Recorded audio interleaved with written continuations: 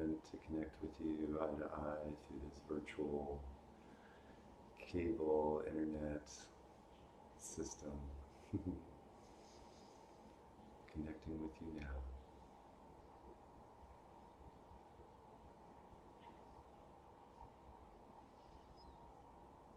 Hmm. I apologize for the delay.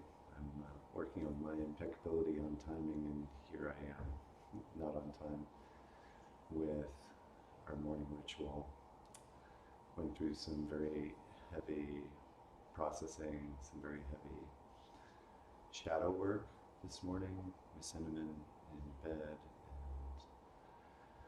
together while making love, and a lot of energy is moving through for both of us right now. We're living in a space where we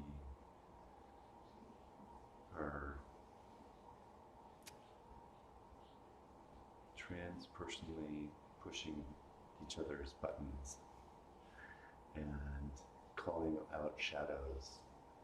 And this is what happens when we get very close to people, is we end up being these beautiful reflections of these intense shadows. And when we learn to, as I've learned to, um, kind of see the shadow and acknowledge the shadow, and amongst everything else that's happening, then I get to see myself. And part of my seeing myself being here has been to see where I haven't been impeccable with my word to myself, things that I've agreed to do for myself that I have let slip, important things that are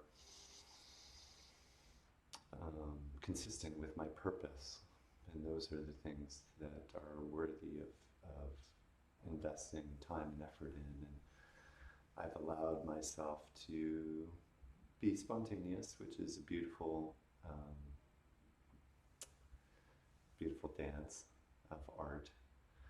And at the same time, knowing that I'm also committing to being there for people, including myself, including my children, my family, my friends, and everyone. So I'm looking to see that shadow, see where I'm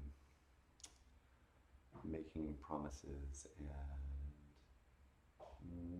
noticing when I let myself slip. What story am I telling myself?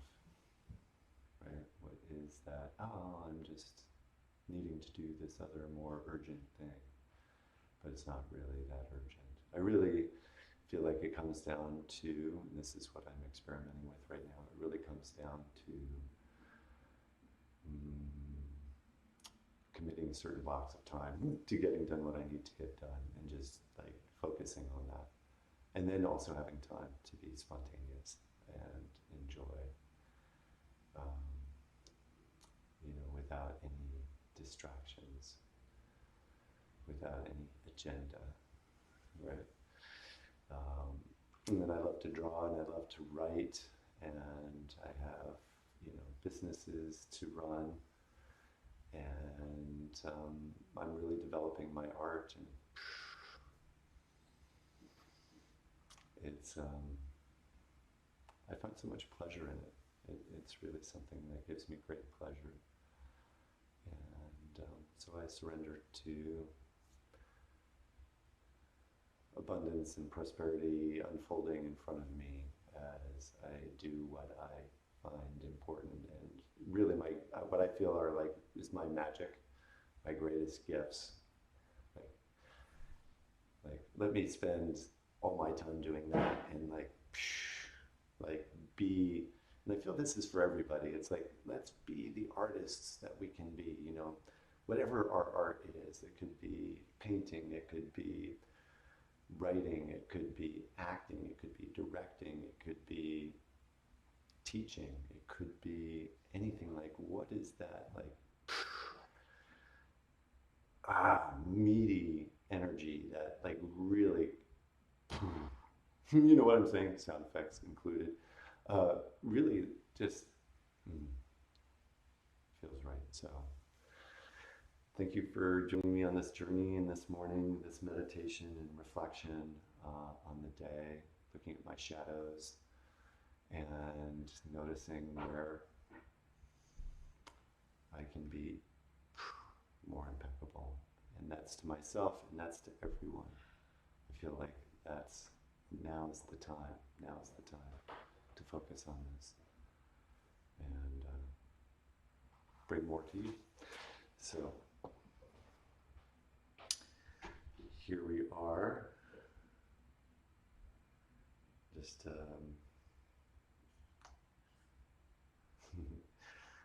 it's hard for me not to comment on what's going on in the world. I would just like to say that the illusion is crumbling and that what's happening in the bigger realms of like society are indications of the illusion crumbling, the crumbling of all belief that we're living in this story that's been created, this Hollywood set that we're living in of our own illusions. And most of these beliefs are coming to us through media, through news, through whatever is reported in the press and in the paper. Like those become our perception of reality, and it's really a small portion of what's actually going on. Like we are in higher dimensions at the same time that we're in 3 dimensions. It's not that like the 4th and 5th dimension are, somewhere out there. We're in them. And even though this is like the total light spectrum, the total electromagnetic spectrum, and this is all that we can experience through our eyes, we think we're experiencing the totality of reality. We think that because we have stereoscopic vision, we're living in 3D, right? But that's just what's perceptible by the eyeball, at least most eyeballs. And I feel like there are some eyeballs that have some other weird capability added to them, and I don't know what wavelength that is that they're picking up, or wavelengths. But some people can experience things that we're not normally experiencing.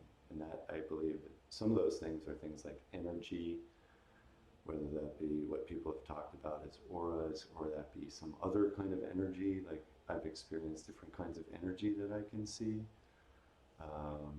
I believe we emit energy by that bioelectricity, those bions that Wilhelm Reich talks about, that for millennia have been called chi and prana. Like, does that become visible? Are we able to see that with certain eyes? So maybe even certain cameras could actually see it. So we're living in a much larger reality than we've come to believe. And yet everything that we hear in the news and the perception is based upon that small portion of reality that can be seen in our stereoscopic vision and all the stories that have been told before. And what if it turns out that a lot of it is just only a partial truth, and that almost makes it useless? Like we're literally looking at the facade of the building, but what's behind it, it's not really what people say it is. And that happens a lot. That happens a lot, whether it be stories in the media.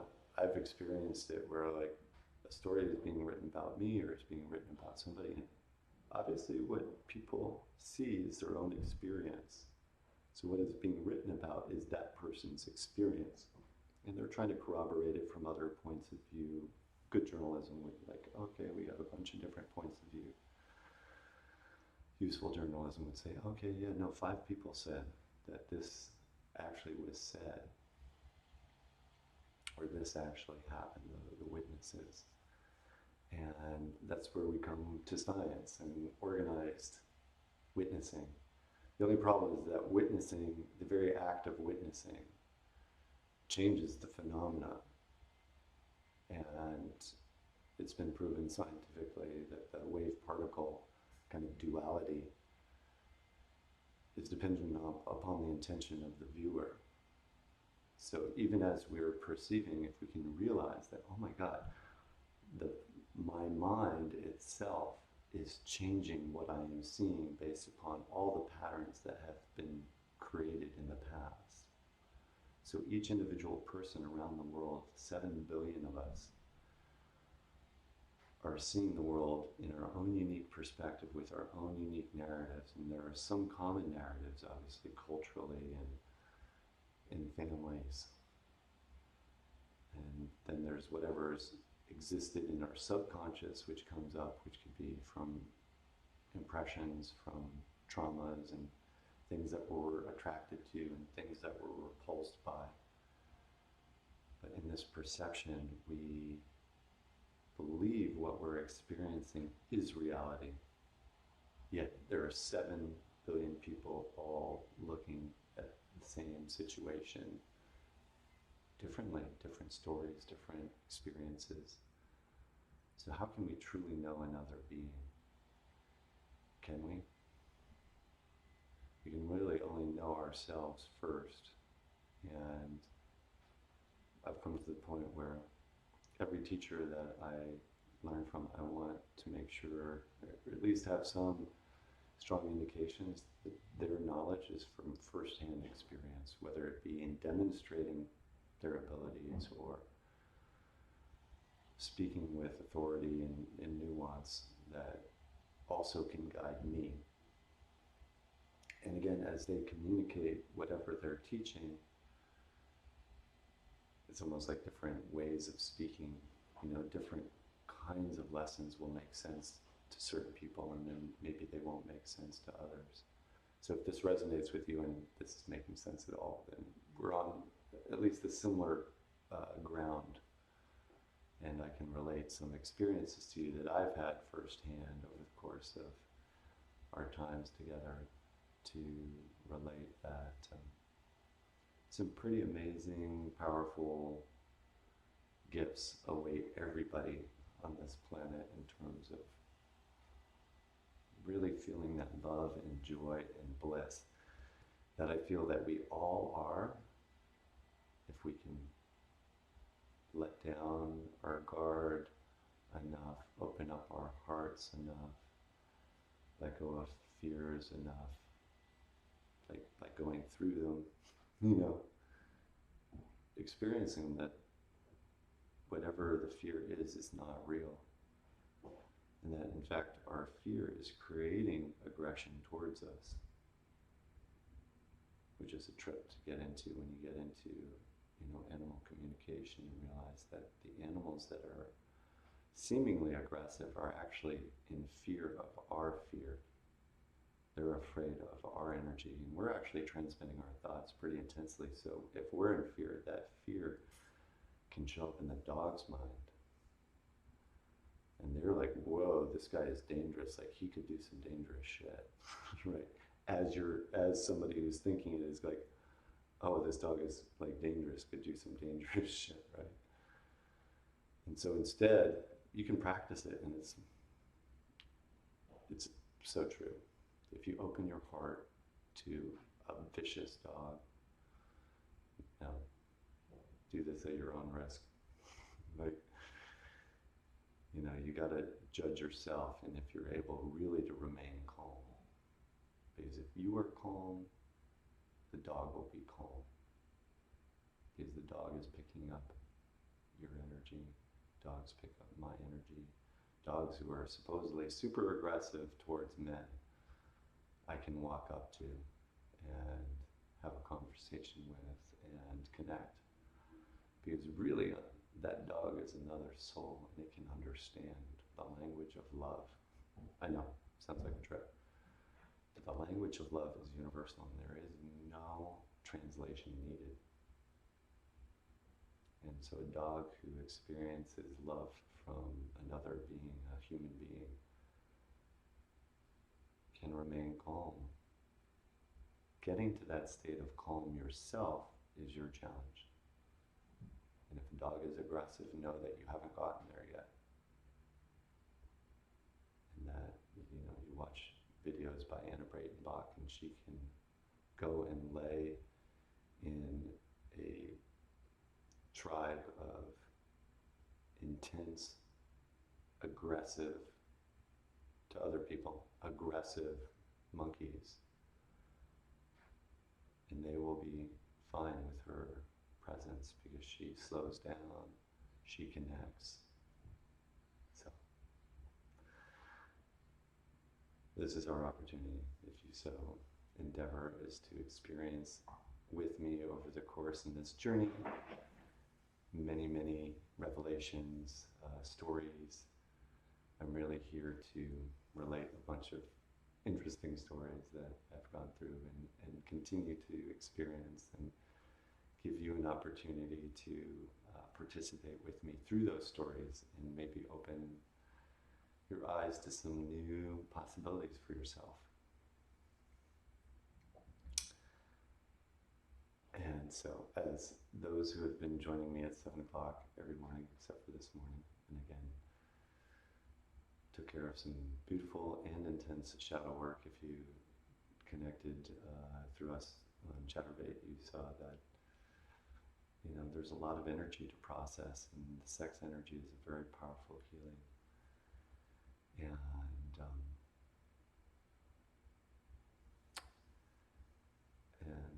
there's a lot of intensity in being reflections for one another, a lot of opportunities to learn and see our own shadows. We are here in this world to kind of see our own blind spots.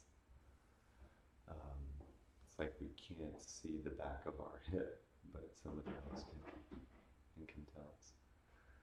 So, you know, it's beautiful to accept and honor. It's a beautiful gift to accept and honor the contributions of others who come to us and love us, and through their own, our soul journey together, we are transpersonal, transformational elements for each other. And I really feel like everybody really is my teacher, and I can be a teacher for others as well. Again, sharing what I've experienced firsthand and sharing spontaneously with you from my heart. And that's why I love coming here every morning and sharing with you, whoever is dialed into this at this moment and dials into future versions, if that's interesting and valuable for people. And so I welcome all feedback.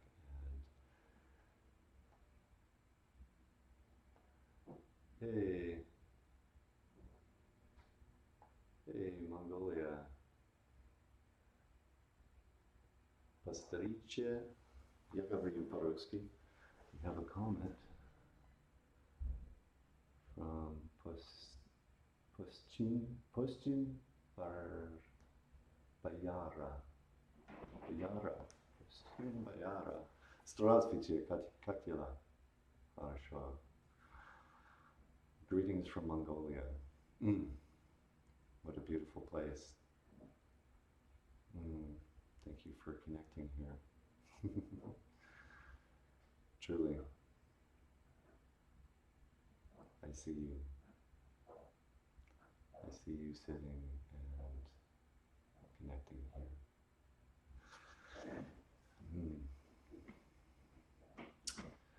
So thank you for participating with me every morning. And again, these practices that we do in the morning, daily morning ritual, are life-changing. Like, are you kidding? Like, and now they're becoming known. And so that's why I like doing it with you, is that it's like we're our accountability partners to do these practices. And we're all on this journey together. And really the reason why I do it is to do it for you, and to do it for me, and to do it for everybody. And the more and more people that we can get to tune in and, you know, come along for the beautiful ride, the more that we can enjoy our lives and realize who we really are, beyond all of the stories that we've been told by society and by family and religion and everything. It turns out, I would say 98% of what we've been told is only partially true, which makes it almost useless. It's like, oh shit. Like everything about diet, everything about what's going on in the world, it's like, it's partial. But if we knew what was really going on, like, it'd be a different, like, we would behave differently. We're not. We're allowing ourselves, I would say, to be misled or to be hypnotized. We're allowing ourselves to be hypnotized by media and by news, and it creates a very agitating state. Like, this is kind of shocking, but scientists, doctors, Western medical doctors believe our normal brainwave state is beta, which is partially true. It is normal in that that's the state that most people are in. However, what's not commonly acknowledged is that's not a healthy brain state to be in. That's like if we were in a village and we were being attacked, like with spears and like, so we're constantly on the edge. We're constantly racing to this and this job and spending hours and agitating and driving on the road. Like, people are willing to spend several hours in the car, and yeah, you can make it a meditation, but a lot of people experience some intense rage in the car because we can't communicate with other people in their pods as our little pod is moving along, their little pod is moving along. It's like, what were you doing? So what are we really frustrated about? What are we really angry about when it comes out at people who happen to pull in front of us in traffic because they have to get where they're going? Right. You didn't wait in line long enough. Like, okay. So who does that anger help now? So letting it out can help. Letting it out at other people is something that's not actually necessary. Like, we experience anger, but is that anger present anger? Or is it past anger? Can you feel into your own body when you're experiencing anger and notice, is the level of anger I'm experiencing like commensurate with what is actually going on at this moment? Am I truly expressing something that I want to turn into an action? Like, if something is really a complaint, but like with a specific request of action, what is that action that I request? It's a beautiful teaching given to me by Fernando Flores and speech act theory, and complaints that are made that are grounded in evidence and the respective standard by which that can be alleviated or the issue resolved, then we can move on. A complaint that is, comes across as like that, no matter who it is not necessarily constructive. It can be if it's received for the bit of energy that it's trying to communicate, the grain of truth that is useful, or the person can learn to direct we can learn to direct our complaints. I can learn to direct my complaints in a constructive manner. I can, and set an example. See, we even have shadows as we go through educating ourselves. So, shall we begin our meditation after my short catch up? I appreciate you and joining me these mornings. I decided to do a more comprehensive, I heard the audio yesterday wasn't working, so I think it was because I was trying out those headphones. And so what I am going to do is another video on oil pulling and come up with a format of videos that are kind of instructional pieces that are more digestible than these long morning meditations that include all of our practice, which the practice is beautiful, it's just repetitive. So if somebody wants to come in and learn it once and then like jet, they can, but maybe they'll be exposed and join us for our daily morning rituals and have accountability partners along with us. So let's so oil pulling is coming up in another episode, and let's do our breathing, and then we'll do our meditation, and then we'll get on with our agenda for the day.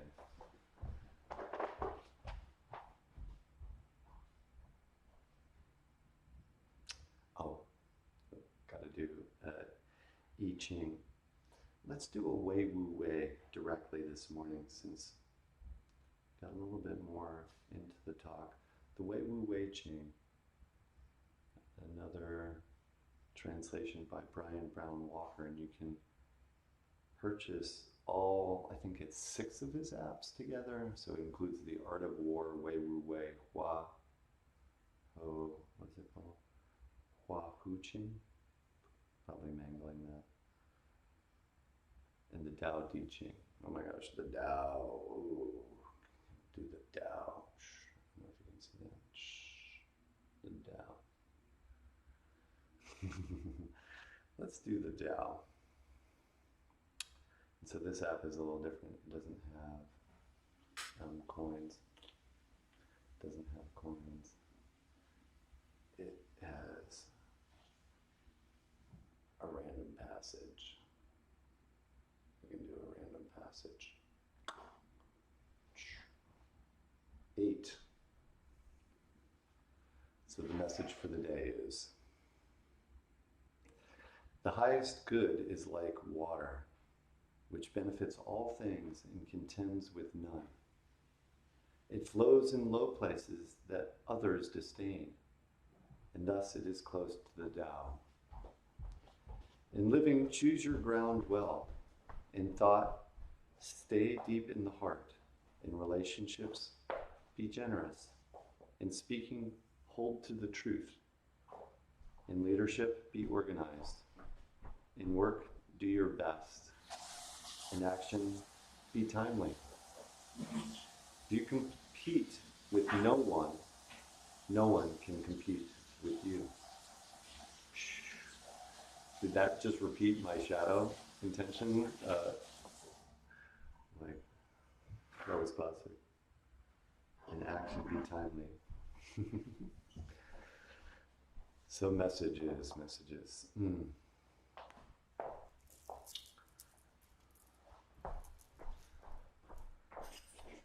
Have a good day. Oh, you too. Have a wonderful day. Cinnamon's taking off. She's off to interviews and meeting people and getting to experience the world. And the sunshine is supposed to be sunny today. Yay. Have a beautiful day. Let me give you a hug. Okay.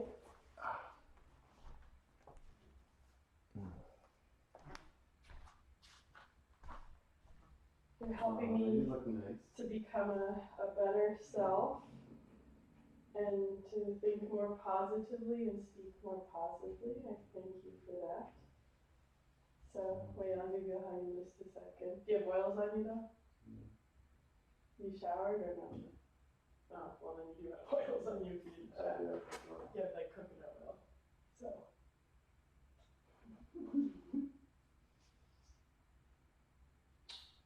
Love you. Have a wonderful day. Thank you for making me more conscious of being positive every step of the way. Yeah, there you go. It's one step after another.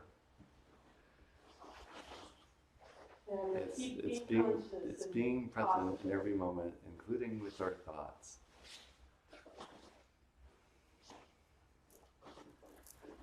When All we're right. conscious of our thoughts, words, and actions, not just words and actions, but thoughts, words, and actions, then Have a we're really beautiful getting day, somewhere. everyone. Bye. Ciao. See you 6 or 7-ish. Okay, break a leg. Have a good Thank time. you. Have See a you. good day. You too. It's so sunny that I can bring my sunglasses. Oh, there you go. Hopefully, definitely. Oh, enjoy. Have a wonderful day. You Love too. you. Bye. Love you. Right? Oh. It's all a beautiful cold shower. Because it makes us stronger when we're present in it. It's actually activating deeper parts of the brain, according to what I just heard from Wim Hof. Like, there are parts of the brain, deep parts of the brain that haven't been used because we kind of over coddle ourselves.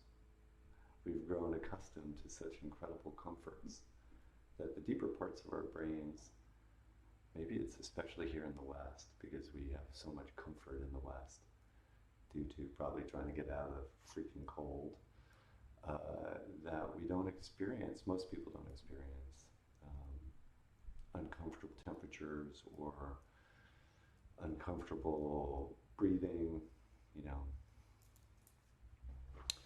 And so part of what we're doing every morning is to learn this breathing technique that activates the deeper portions of our brain. And these deeper portions of the brain are responsible for like our immune system and like deep processes that we can start to consciously control, like the temperature of our bodies, we can consciously control. So when they say that, when scientists say, oh, we do brain scans and only like 10 or 15% of the brain is being used, it's because we haven't been using the other parts of the brain in a way that has created connections. It's usually just like, oh, we're agitated all the time, you know. And so the point of meditation and doing what we're doing is to get to these deeper brain states. And it sounds like, from what Wim Hof is saying, that the research is showing that we can get to these deeper states, activating states, with 15 minutes of breathing every morning. So let's do this thing. Let's do this thing. I'm here for you, and I appreciate you being here for me. So we get out the Wim Hof app.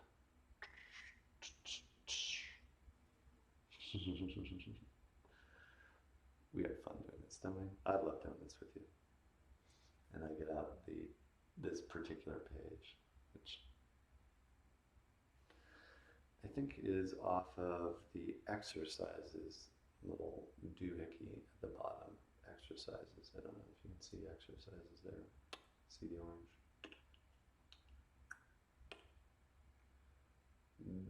There. The orange. So I go there, boom, get to breathing basics. I'm doing a terrible job at showing this on camera. Go to breathing basics. Okay.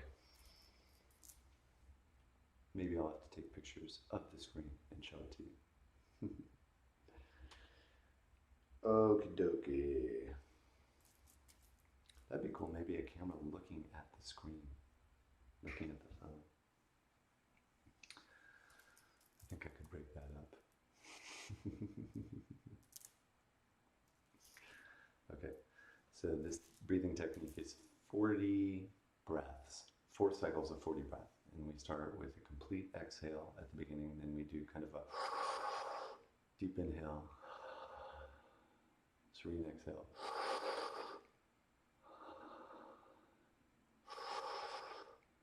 And let's try this. Let's try doing inner minds 1, 1,000, 2, 1,000 as we breathe in.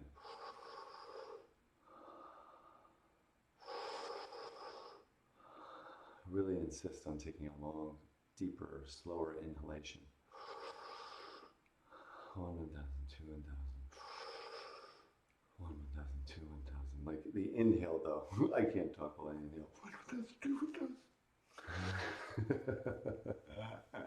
So do 1,000, 2,000 on the inhale, and then serene exhale 40 times. And at the end of the 40th time, we're going to exhale completely and hold our breath at the bottom with no air, as long as we can.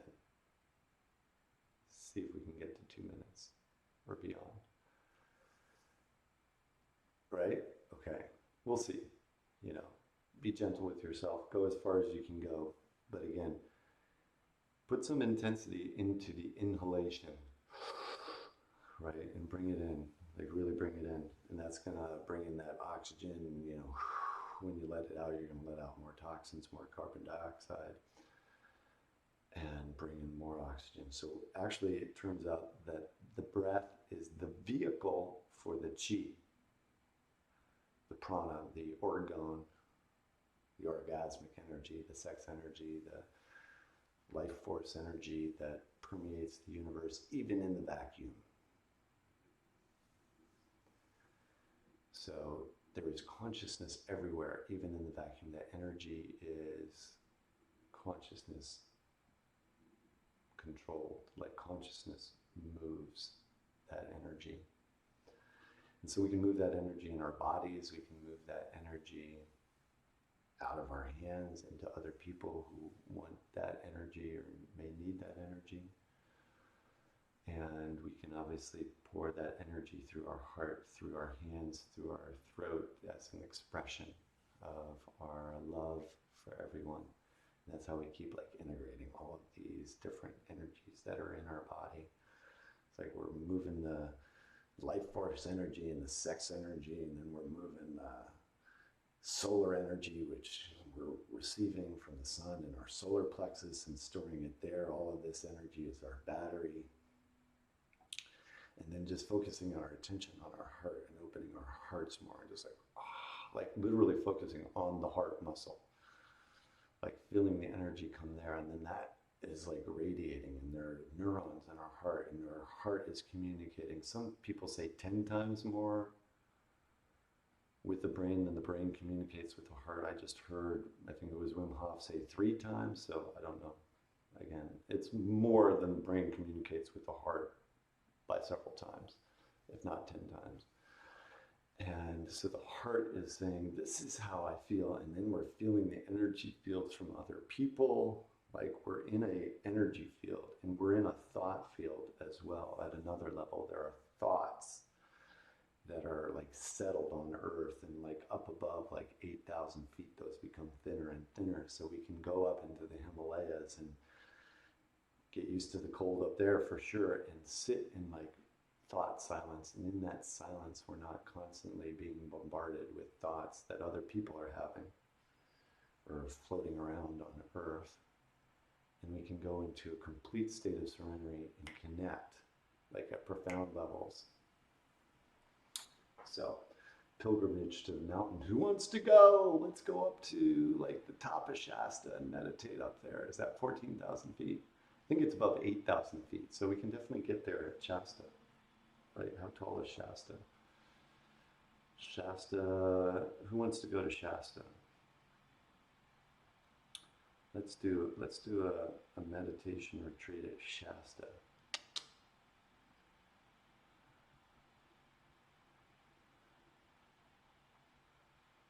Right?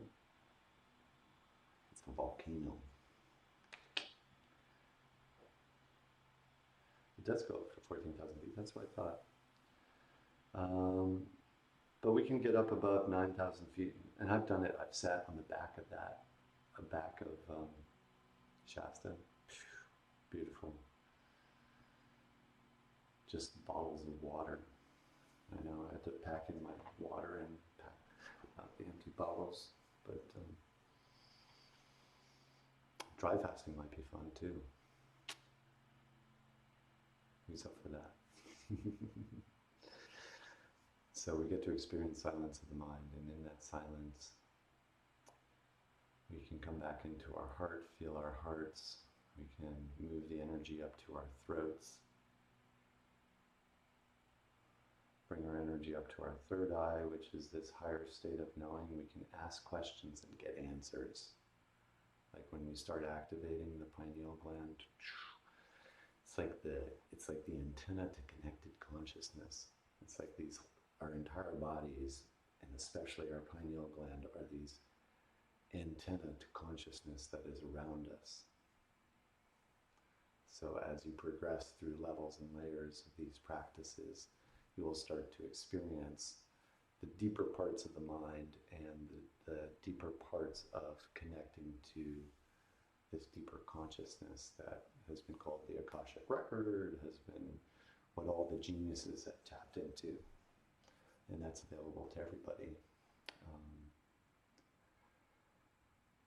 And so realizing that all of these stories about this one that is having this experience is actually like, it is a particular person on a particular lifetime journey, and we get to choose moment to moment our thoughts, words, and actions. And even in choosing our thoughts are like magic. Like this whole concept that magic is like sleight of hand. You know, there's a different kind of magic, if you want to even call it that. I guess it can be used for dark as well as light, like there is black magic. But you have to give up something for that. And it's not as powerful as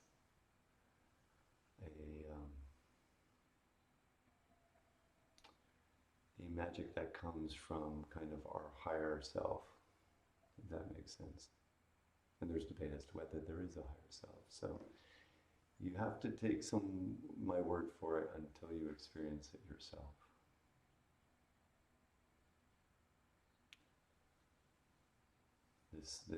This highest state of consciousness, that's called samadhi, it's called direct experience, that's called kensho. And it's available to everybody, and the more that we can be in that state, the more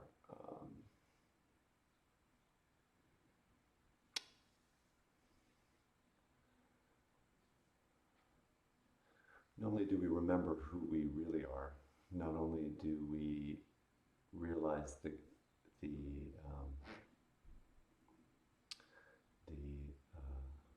kind of true natures of reality by asking questions and getting answers, we also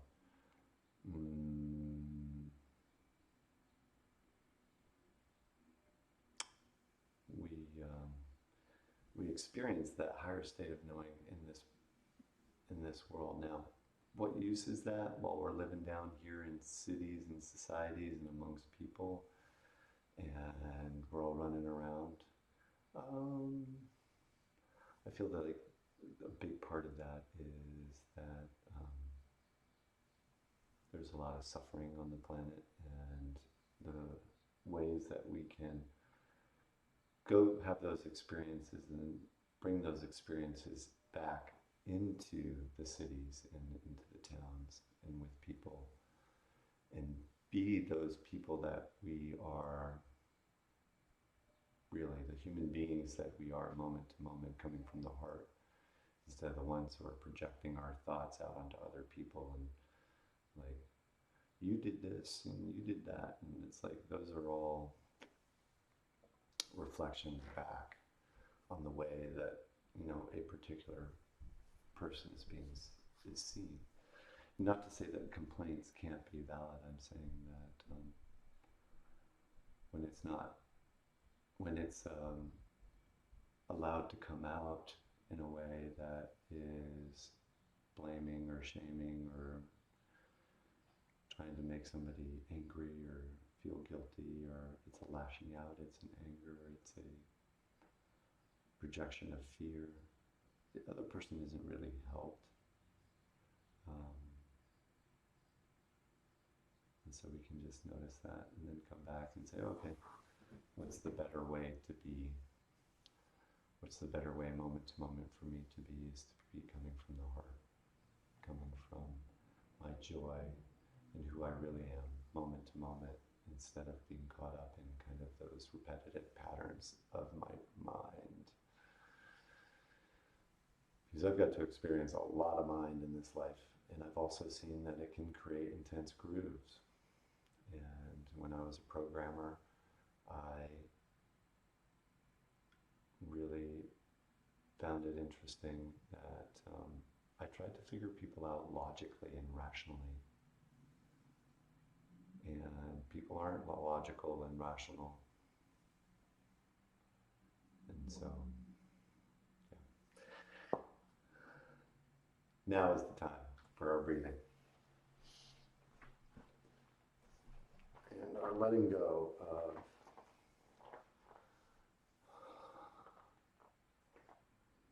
whatever thoughts, coming back into this moment, being present, all that can go away. Thank you for listening. Thank you for being together with me this morning. So, 4 rounds of 40 breaths. We start with a deep exhalation.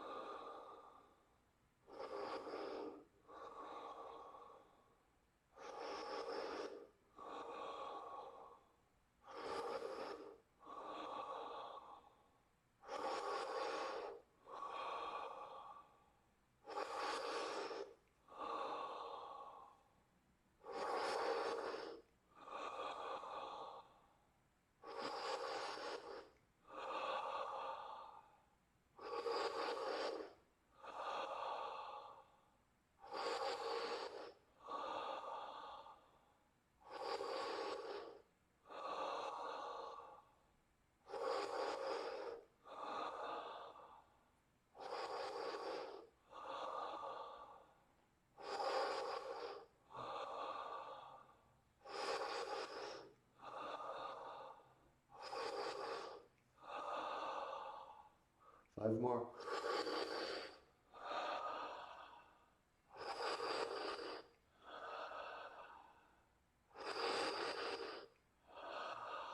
Last one. Deep inhale, exhale, start the timer. Exhale and hold.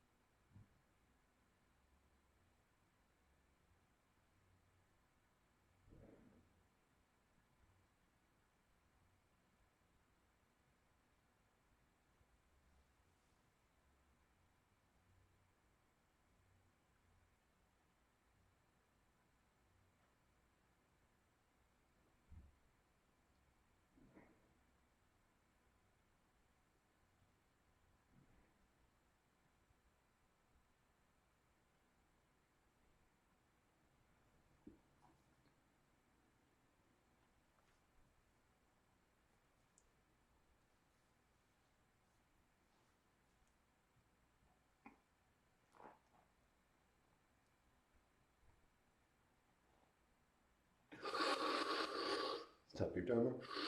Deep inhale. Hold for 15.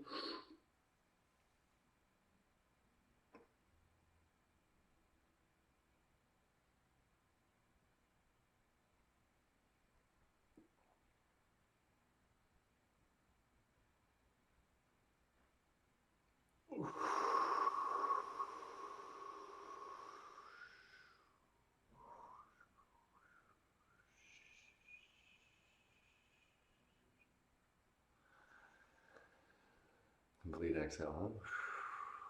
You can feel and taste the particles of stuff coming out. Like we're exhaling, like debris, smelly debris. Detoxifying through our breath.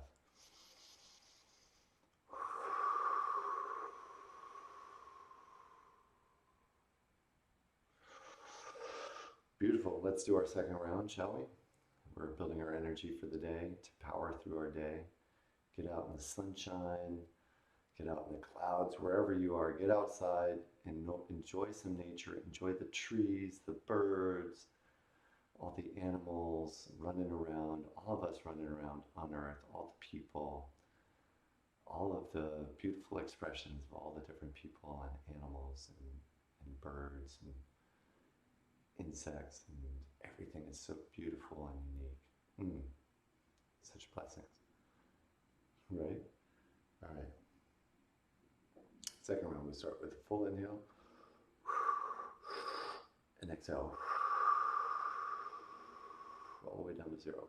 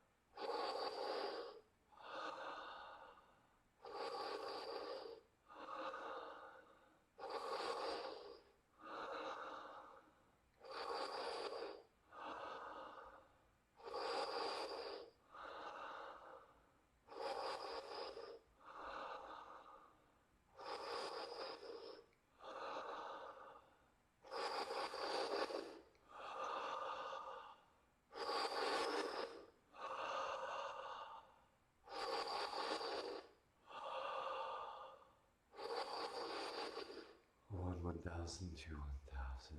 Do it on the inhale.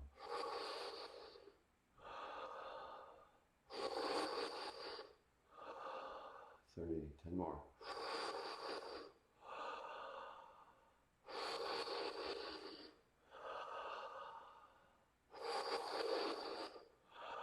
Bring in that prana.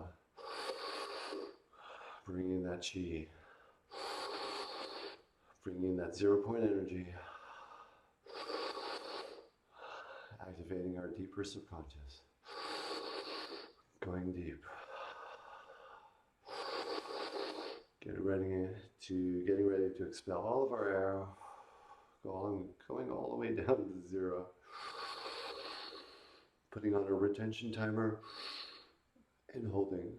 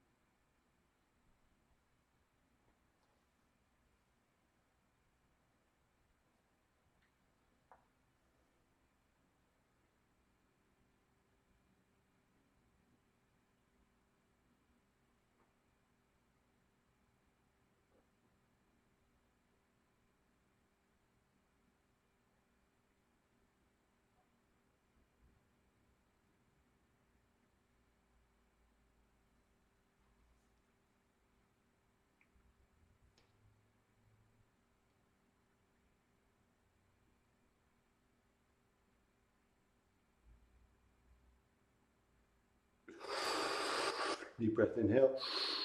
Hold for 15.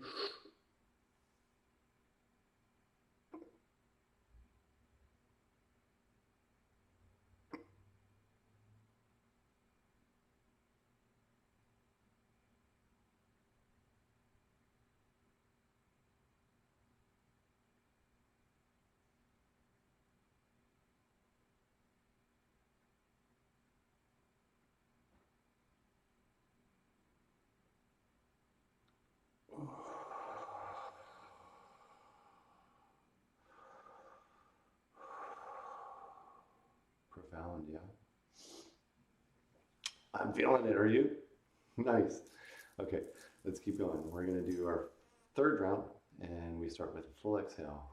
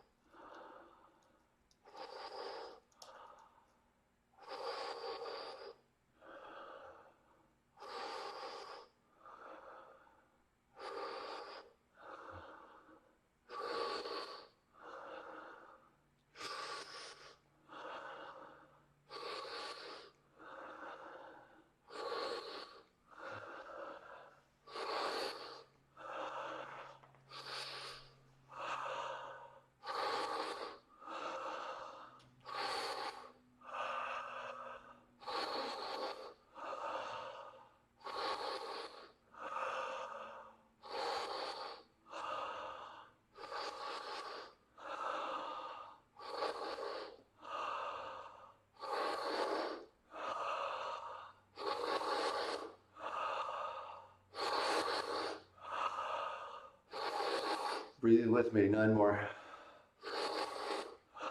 Really deep breathe.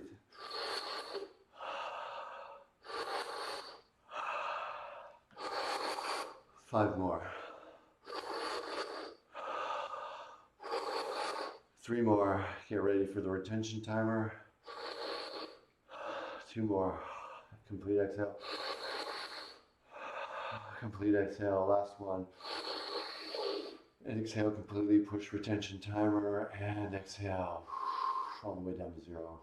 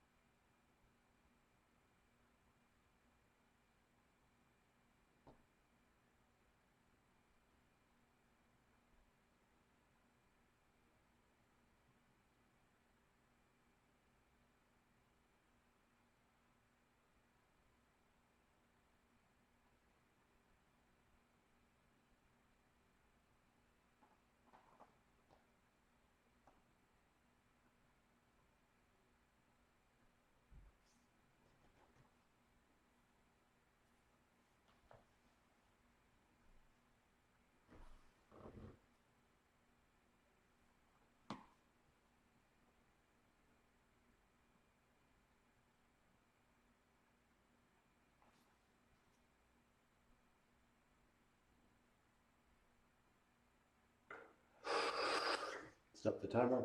Take a deep breath. Hold.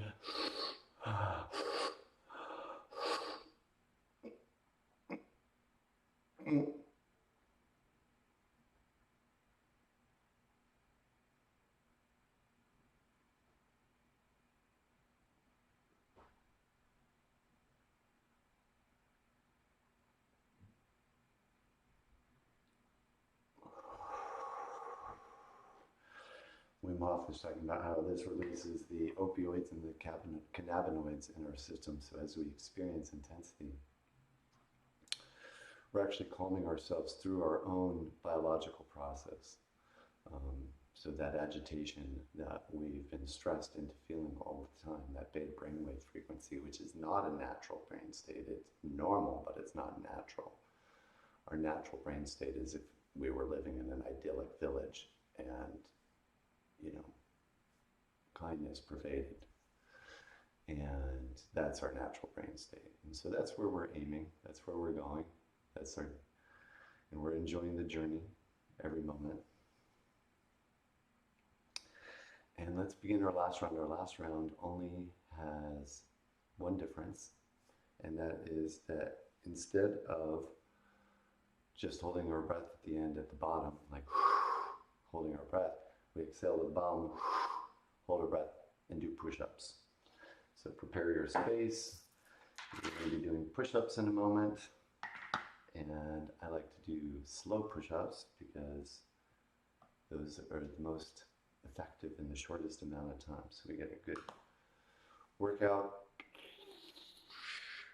sound effects and all, and we get to experience higher states of consciousness, healing our anxiety and depression and activating neurons in our brains that have been unused, that allow us to control our opioids, our cannabinoids, our fear response, come back in moment to moment and realize that all of that agitation in society is an illusion to a large extent, in that it's the chatter of a bunch of people's minds, and there's a different way of being that doesn't involve that chatter. And part of getting there is to go onto a mental diet, just like you might go and stop eating pizza 24/7, even though it tastes so good. You find that vegan pizza and you eat that instead. Or you make your own, right? And we get to experience these higher states. So with that, let's begin our fourth round and activate the deeper parts of our brain. Ready? Start with exhale.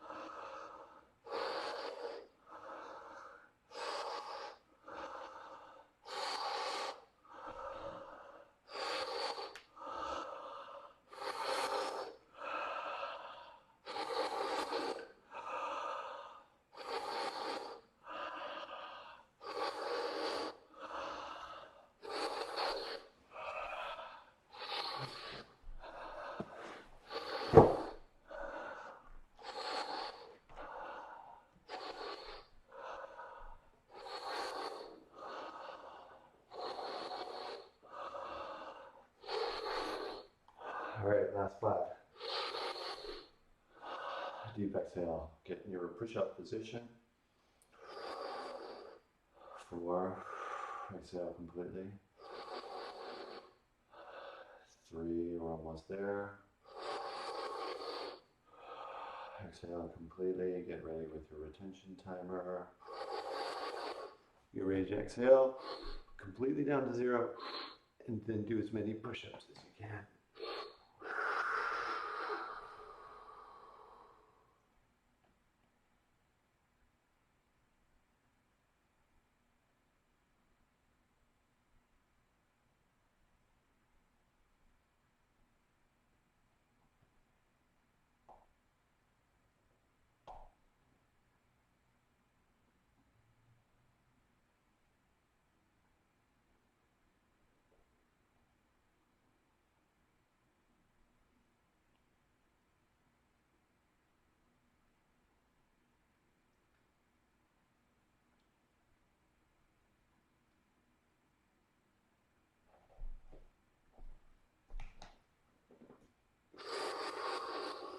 Inhale, stop your timer, hold for 15.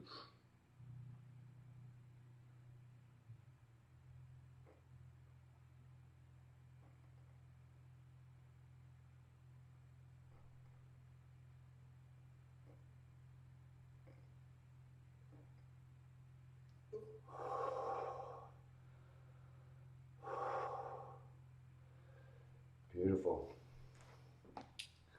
Beautiful. Beautiful. Right? Mm-hmm.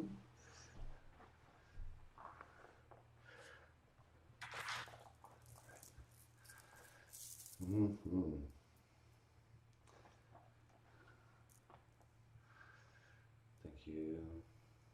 Deep gratitude for you for joining us this morning. Let's save our notes.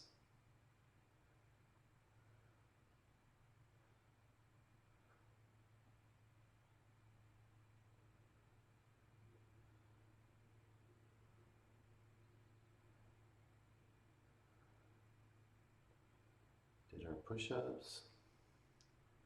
Save our note on that. We can check off another day of feeling amazing after our morning ritual, daily morning ritual. So let's finish with a 4-minute meditation. Set your intention, your prayer, your mantra, whatever you want to repeat in your mind, you can repeat that in your mind. You can use a rosary or a mala as a way to focus and keep repeating your mantra. And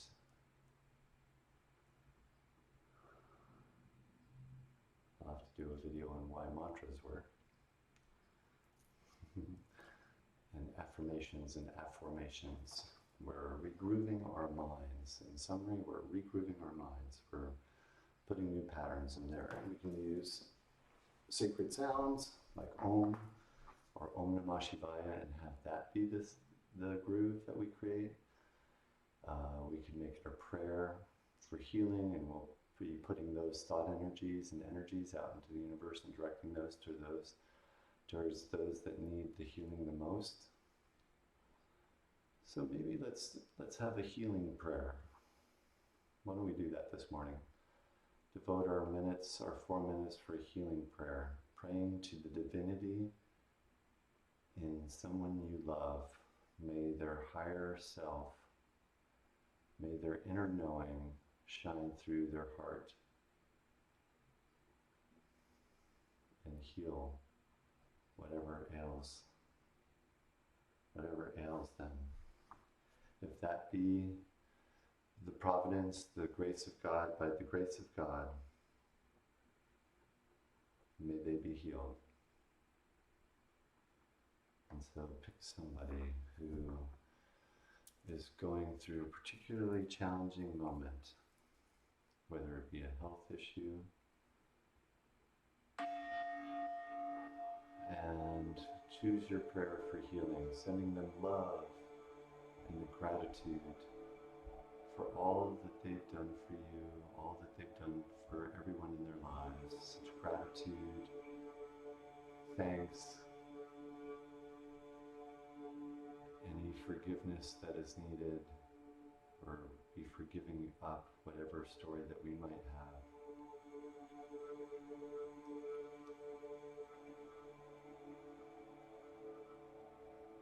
And let's begin.